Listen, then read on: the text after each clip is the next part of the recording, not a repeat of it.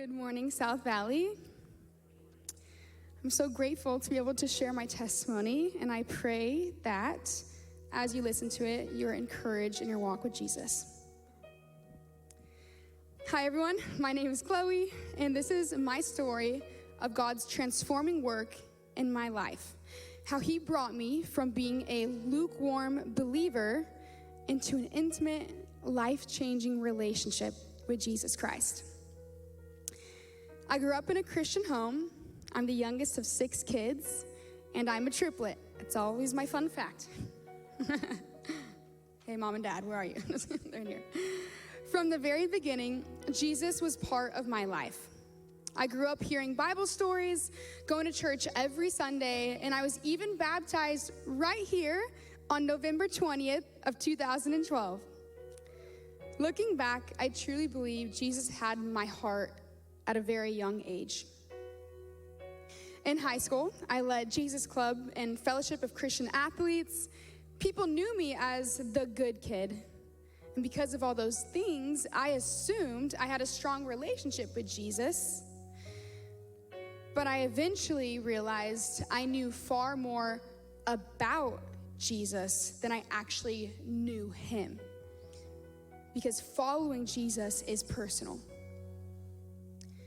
As I got older, I gained a passion for sports, and soon after, sports became my identity instead of Christ.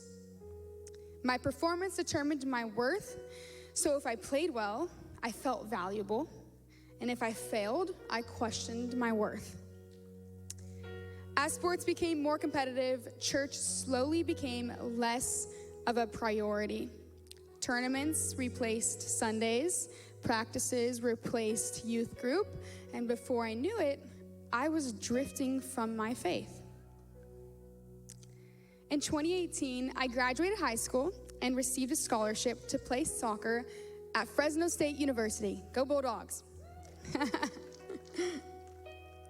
Around that same time, our church community went through a difficult season that deeply impacted many people, including me.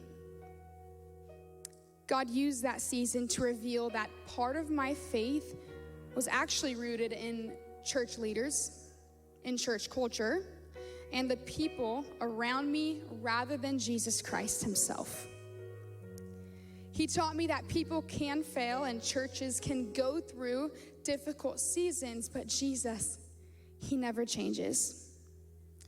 My faith had to become personal, and it had to be built on Christ alone.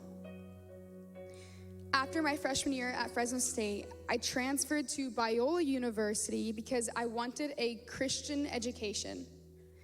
There I studied communication, I minored in biblical studies, and continued playing college soccer. God grew my understanding of his word tremendously while I was at Biola.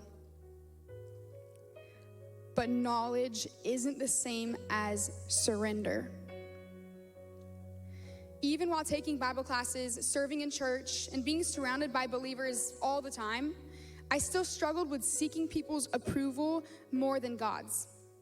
And because of that, I found myself living 2 different lives. One day I'd be studying scripture, and another day I'd be partying, making bad choices, and chasing acceptance from people who weren't leading me closer to Jesus. After college, everything changed. I was living in Southern California with friends and working full-time when mold was discovered in my house. Almost overnight, I had to quit my job, leave the life I had built, and move back home with my parents. At the time, it felt like everything was falling apart. But looking back, I see it as one of God's greatest acts of kindness to me.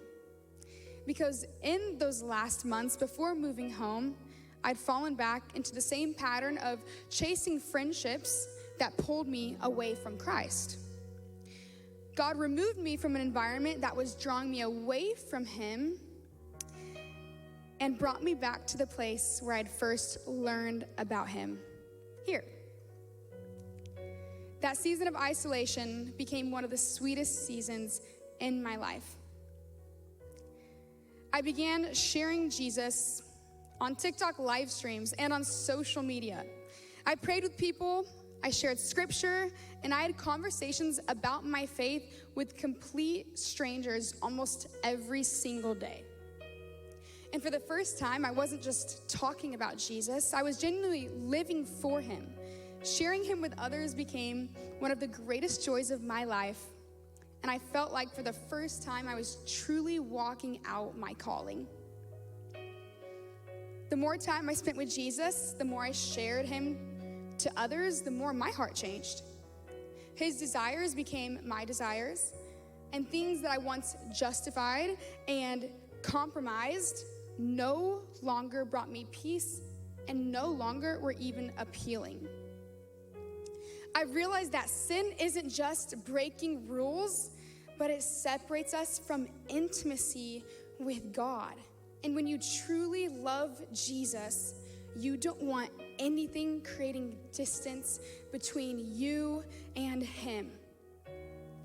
As I continued serving online, I constantly prayed, Lord, prune me.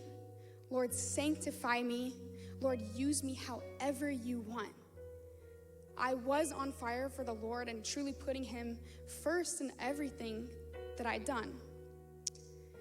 Over time, that ministry grew far beyond anything I expected. But somewhere along the way, what had begun as a sincere desire to glorify Jesus slowly became mixed with the pursuit of money and success. I built a life that depended on continuing down that path. And deep down, though, I knew God was asking me to surrender it. So I fasted, I prayed, I sought the Lord through the truth of his word, and he exposed the pride in my own heart. He brought me to Philippians 2:3-4, which convicted me deeply. It says, do nothing of selfish ambition or conceit, but in humility count others as more significant than yourselves.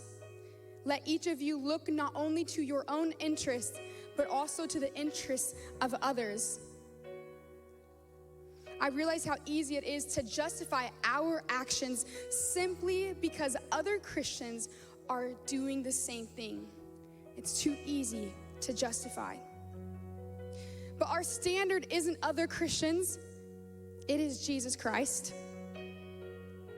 So in his kindness, God asked me to lay everything down, to walk away from everything I had built, to trust him completely. So I moved from Florida 11 months ago, back home, back to my hometown again, back into my parents' home again at 25. But this time, to serve the Lord by serving his church. And from my story, you can see that a life following Jesus is not linear. God has taught me that following Jesus is costly. His word says to deny ourselves daily, to pick up our cross, and to follow him. That's a humble life. It requires surrender.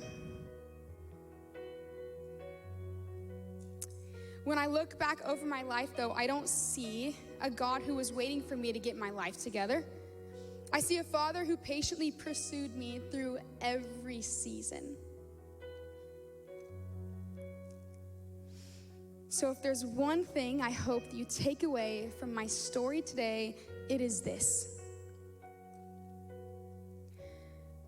The one who gave you your life is worthy of your whole heart. So don't settle for anything less than a fully surrendered life built on Jesus Christ alone.